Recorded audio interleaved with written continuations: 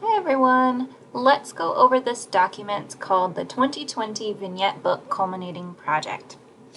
So at the end of this year, you will be turning in a vignette book based off of your life but inspired by the house on Mango Street.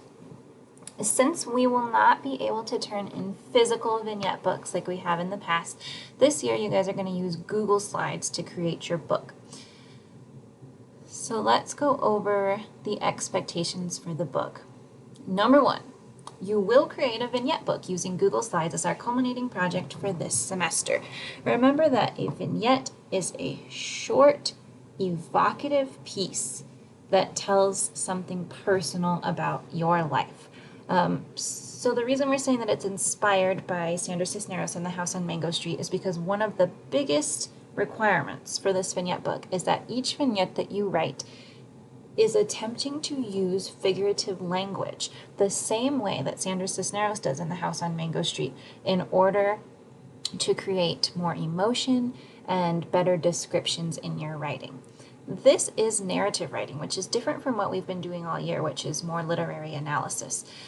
So for some people that's going to be an easier style of writing, and for some people that's going to be a little bit more difficult. Narrative writing is storytelling.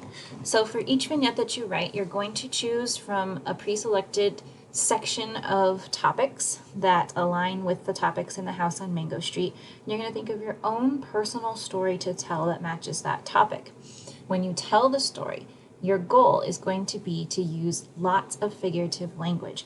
It's kind of like writing poetry, only we're not writing it in poetry format with stanzas and the weird short lines. Instead, we're writing it like we would normal paragraphs, but we're using the same kind of language that you see in poetry with lots of figurative language, similes, metaphors, hyperboles,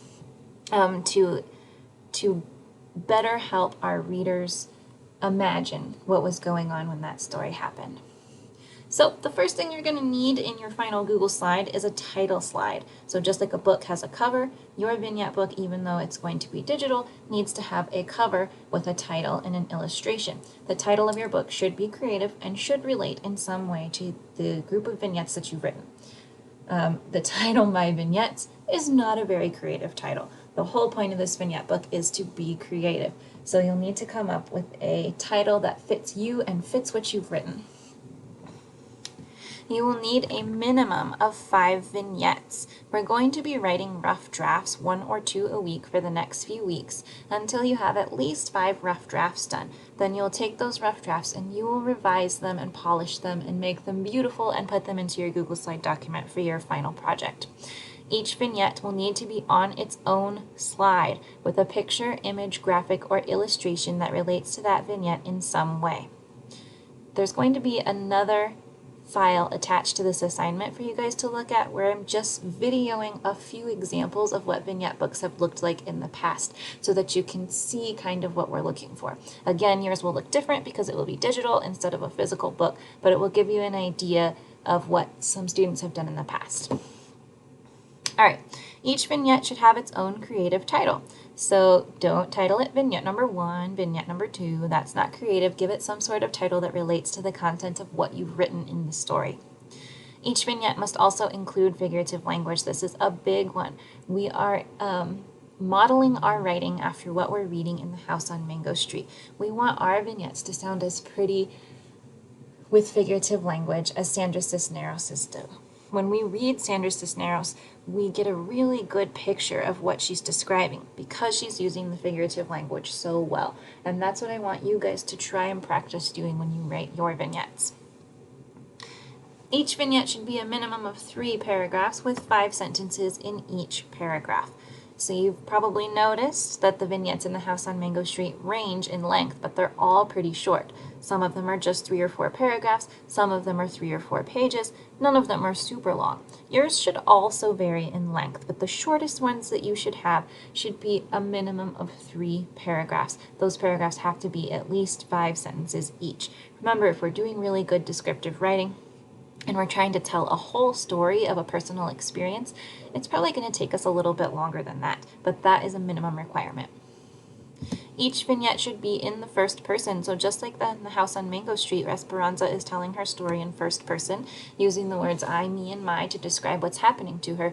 Yours needs to do that as well. These are your personal experiences that you're sharing in your narrative writing of this vignette, and it won't feel personal the way the house on Mango Street does if you're not writing in first person.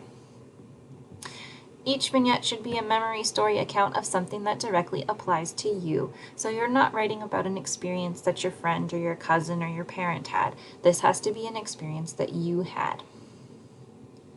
We are using the house on Mango Street as a model for our writing. If you get tripped up with how to write the story that you want for your vignette, go back and match it up with the one that it's inspired by in the house on Mango Street. In just a second, you'll see that the topics are broken into groups, and those groups match with the chapters in the house on Mango Street. So the first set is all topics that are similar topics to what Sandra Cisneros wrote about in the first few vignettes in the house on Mango Street. So once you choose a topic, go back and reread the vignette that Sandra Cisneros wrote that matches that topic, and let it inspire the way that you write yours. Right, you'll be turning in a rough draft of 1 or 2 vignettes each week. They'll be due on Fridays, and each week I'll let you know whether you should be turning in 1 or 2. And then you will revise and rewrite all 5 of those rough drafts for your final book. Below you will find the list of topics for your vignette. They are grouped together with similar themes that you see in our novel. There are 6 themes or groups total, but you only need to write 5 vignettes. Gave you an extra in case you don't like one of them. You only need to pick one of the topics from each group. So there are 6 groups of topics. Each of those topics has 4 or 5, each of those groups, has 4 or 5 different topics in it. For each of those groups, you only need to choose one topic, okay? Each week, starting this week, the week of 4/27, you will submit the vignette or vignettes you wrote for the week on Google Classroom. There will be a specific assignment created for this. Your final book with all your revised 5 vignettes in your Google Slides will be submitted on Google Classroom on Wednesday, May 27th. Then we're all going to get together in a Zoom meeting the following day, Thursday, 5/28, and we will each present at least one vignette that we wrote. So when you're writing your vignettes, in the past, these have tended to come out as really personal accounts that people are sharing, because that's what happens in the house on Mango Street.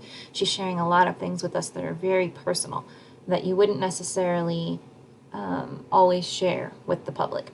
So make sure you have at least one vignette that you're comfortable reading to the entire class.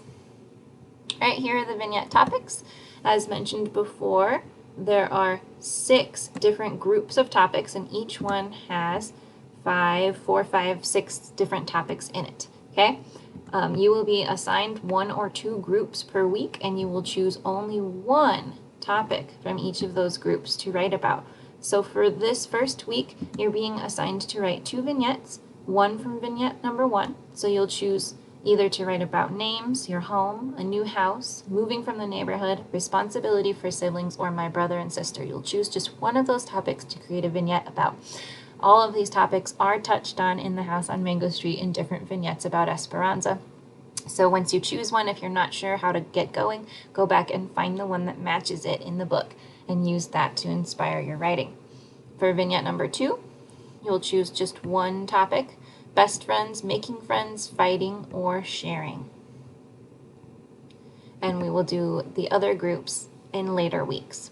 Remember to only pick one topic from each group, and you do not have to write your vignettes in this order.